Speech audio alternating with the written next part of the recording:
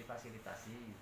Nah, setelah difasilitasi ada beberapa hal yang harus direvisi. Revisi itulah karena sudah hampir 50% lebih. Pak Wali itu perlu ada revisi lagi, perlu ada perbaikan terhadap Perda tentang penyelenggaraan transportasi sungai.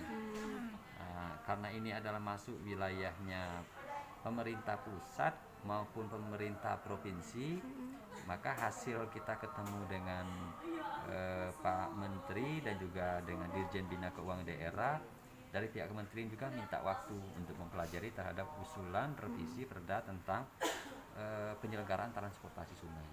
Oh, jadi yang dikerjasamakan ini hanya transportasi sungai atau khusus transportasi sungai?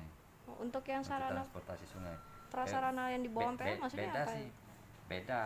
Jadi kalau yang ini tadi ini semata-mata dari INSA, dari INSA dan Pelindo, karena kan di INSA kan dan Pelindo kan ada berbagai macam dunia usaha ini, dunia usaha. Nah, tadi karena masih berupa draft, belum detail kan, apa bentuknya pengawalan atau bentuknya apa pandu.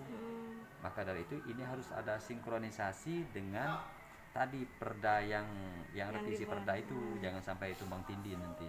Itu minta kita jadi satu kesatuan. Dampaknya mungkin Pak kalau ada kerjasama ini bagi Pemkot kita, apa? PAD lebih besar. Potensinya berapa besar kalau dioptimalkan? Kalau kali-kalian kemarin dari Pak Wali maupun dari BPPD itu bisa tembus di angka antara 100 sampai 150 miliaran per dari tahun, dari Pak? Dari pihak PTBA-nya per tahun. Kalau memang goal Perda tentang penyelenggaraan transportasi sungai. Itu nominalnya per tahun ya, Pak? Per tahun. Jadi ada kemungkinan kita nggarap potensi pajak. Nah, lagi menggarap itu sebenarnya. Walaupun ini memang bicara soal kewenangan, karena kewenangannya juga dari pemerintah pusat maupun dari pemerintah provinsi.